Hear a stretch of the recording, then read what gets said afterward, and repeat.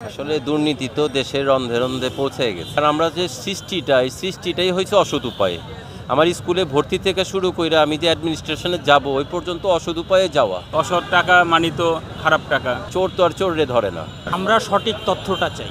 5 বছর পর আবার নিশ্চয়ই একটা পলিটিক্যাল সরকার আসবে, আইসা আবার এই যে লাও সেই। আমরা দিন আনি দিন খাই। আমাদের দেখা ছাড়া এটা বলার কোনো ভাষা নাই, বলার জায়গা নেই। তাদের সম্পদ বাজেয়াপ্ত করে রাষ্ট্রীয় কোষাগারে জমা দেওয়া। একটা বাচ্চা যখন কিন্ডারগার্টেনে ভর্তি হয়, একটা প্রাইমারি স্কুলে ভর্তি হয়, তখন থেকে তার নীতিটা যেন আদর্শটা যেমন অন্যান্য দেশের মতো। আসলে দুর্নীতি তো দেশের রন্ধে রন্ধে পৌঁছে গেছে। করাপ্টেড এমন একটা পর্যায়ে গেছে যে প্রশাসনের এমন কোনো জায়গা নেই যেখানে আপনার এই দুর্নীতিটা হয় নাই বা যেখানে অসৎ উপায়ে পয়সাটা ইনকাম করে নাই। এখন যে ধরবেন যে এটা ধরার জন্য যে লোক লাগবে, এই লোকের যে একটা লোকবল, এই লোকবলটাই তো আমাদের এখানে নাই। এখন আপনি কাকে দিয়া করবেন সংস্কার, এই লোকটাই এখনও নাই। আর আমরা যে সৃষ্টিটাই হয়েছে অসৎ উপায়ে।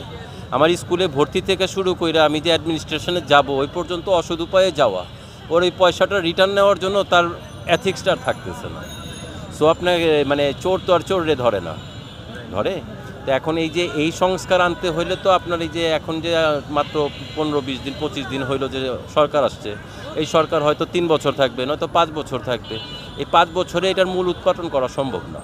5 বছর পর আবার নিশ্চয়ই একটা পলিটিক্যাল সরকার আসবে, আইসা আবার এই যে লাও সেই কদুই হবে। যদিও আপনার প্রশ্নটা যেমন ছিল যে এই পয়সাটাকে রিটার্ন নেওয়া উচিত কিনা বা এটাকে সমর্থন করি কিনা, এটা কোনো ভালো লোকই করে না। করে নার পার্সেন্টেজই বেশি, কিন্তু যারা করে না তাদের ক্যাপাসিটি নেই এদেরকে প্রতিরোধ করার। তাদের ক্যাপাসিটি নেই এদেরকে এইভাবে প্রতিরোধ করা, এখানে বন্ধ করা। কারণ আমরা সাধারণ, আমরা চিন্তা করি নিজেরা ডাল ভাত খেয়ে বাঁচলেই হয়েছে।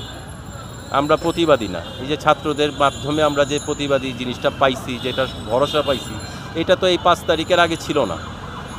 আবার আগামীতে হবে, আবার কত বছর পরে এরকম একটা গণ অভ্যুত্থান, এটারও কোনো ঠিক নাই। কারণ এটা যুগে কালে একবার আসে, যেটা আমরা পাইছি। এই পাওয়ার আগে কিন্তু আমরা চিন্তাও করিনি যে এরকম পাবো। অবশ্যই ধরা উচিত, অবশ্যই এটাকে সমর্থন করি না, কিন্তু আমাদের একটা নিরীহ মানুষ, আমরা সাধারণ মানুষের অবস্থাটা হচ্ছে আমাদের দেখা ছাড়া এটা বলার কোনো ভাষা নাই, বলার জায়গা নেই। আপনি বলতেছেন যে গোড়ায় সমস্যা, যেখানে সুশিক্ষা কায়েম করতে হবে প্রথমে, তাই তো? এবারে রুট লেভেল থেকে এটার তৈরি করা লাগবে। একটা বাচ্চা যখন কিন্ডারগার্টেনে ভর্তি হয়, একটা প্রাইমারি স্কুলে ভর্তি হয়, তখন থেকে তার নীতিটা যেন আদর্শটা যেমন অন্যান্য দেশের মতো। মানে ওই বাচ্চার যে ইয়াটা, আমরা যে বৈষম্য দূর করার ব্যাপারটা আমাদের কালচারে তো নাই। যে আমরা স্কুল ঝাড়ু দিব, স্কুল পরিষ্কার করব, আমরা একটু গাছ লাগাবো। ওইখান থেকে যদি এই মানসিকতা তৈরি করা হয় যে আমাদের এত খাই ভাব করা ঠিক না, এই জিনিসগুলো যদি ওইখান থেকে ঠিক হয় তাহলে বোধহয় ঠিক হবে। মানে আপনি বলতে চাচ্ছেন আমাদের সুশিক্ষা দরকার, আমাদের সুশিক্ষা নাই। সুশিক্ষায় শিক্ষিত হওয়া লাগবে। অসৎ পথে ইনকাম করব না, এই জিনিসটা আমার গোড়ার থেকে আসা লাগবে। আমার তো মনে হয় করা উচিত, এদেরকে আইনের আওতায় আনা হোক।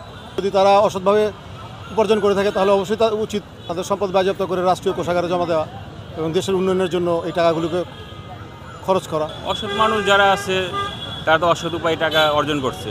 অসৎ টাকা মানি তো খারাপ টাকা। তার মানে সেটা সরকার, বর্তমান সরকার যদি যারা আছে দায়িত্বে আছে তারা যদি নিয়ে নেয়, এটা আমি মনে করি না সেটা কোনো খারাপ কাজ করছে। আমরা সঠিক তথ্যটা চাই।